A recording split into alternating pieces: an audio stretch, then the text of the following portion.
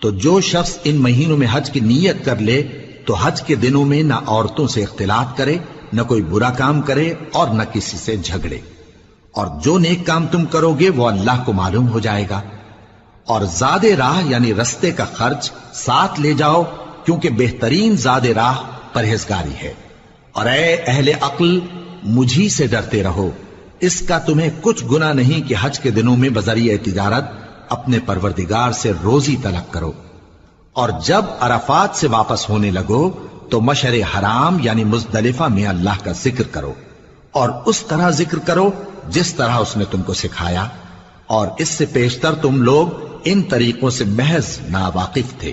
پھر جہاں سے اور لوگ واپس ہوں وہیں سے تم بھی واپس ہو، اور اللہ سے بخشش مانگو، بے شک اللہ بخشنے والا ہے، رحمت کرنے والا ہے۔